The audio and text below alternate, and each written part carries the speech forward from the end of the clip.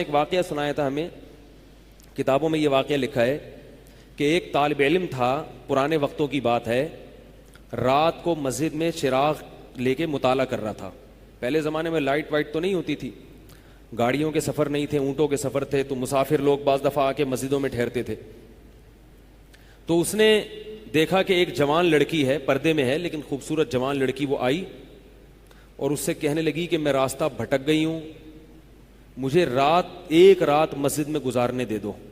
باقی یعنی صحیح تھی، وہ اسی طرح ہوا تو کہیں بھٹک گئی تھی۔ شہر میں بھی بعض دفعہ لوگ بھول جاتے تھے نا کہ راستہ بھٹک جاتے تھے۔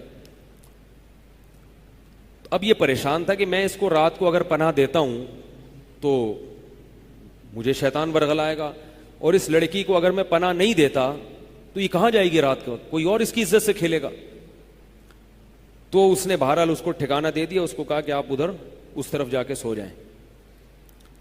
نتیجہ کیا نکلا ہے کہ وہ لڑکی اس کو دیکھ رہی تھی، یہ کرتا کیا ہے، اس کو بھی اپنی عزت کا ڈر تھا نا کہ کہیں یہ دست درازی نہ کرے۔ تو یہ نوجوان جس چراغ میں مطالعہ کر رہا تھا، مطالعہ کرتے کرتے اس کی آگ میں اپنی انگلی لے کے جاتا اور اس کو جلاتا۔ جیسے ہی وہ جلنے لگتی تو اس انگلی کو واپس کھینچ لیتا، ایک دم تپش آگ لگتی نا، واپس کھینچتا۔ پھر تھوڑی دیر بعد یہ انگلی اس میں لے کے جاتا، پھر واپس کھینچتا۔ پوری رات یہ کرتا رہا ہے اور اپنی انگلی کو جلاتا رہا ہے۔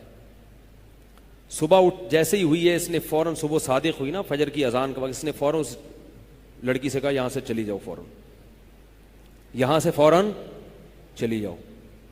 اس نے کہا اللہ کی قسم اس وقت تک نہیں جاؤں گی جب تک تم یہ معاجرہ نہیں بتاؤ گی، رات تم نے کیا ہے۔ تو کہنے لگا یہ میرا اور اللہ کا معاملہ ہے، میں تمہیں نہیں بتا سکتا۔ اس نے پھر اللہ کا واسطہ دے کے کہا، اس نے کہا میں جاؤں گی نہیں یہاں سے جب تک بتاؤ گے نہیں۔ اس نے کہا شیطان مجھے ورغلا رہا تھا کہ ایک جوان لڑکی ہے، اجنبی ہے، کوئی دیکھنے والا نہیں ہے، کوئی دیکھنے والا نہیں ہے، تو زنا کر لو اس سے، کوئی دیکھنے والا نہیں ہے۔ شیطان مجھے لے کے جاتا تھا تو میں اپنی انگلی آگ میں جلاتا تھا، اپنے نفس کو یہ سمجھانے کے لیے کہ دنیا کی آگ برداشت کر سکتا ہے، جہنم کی بھی برداشت کر لینا۔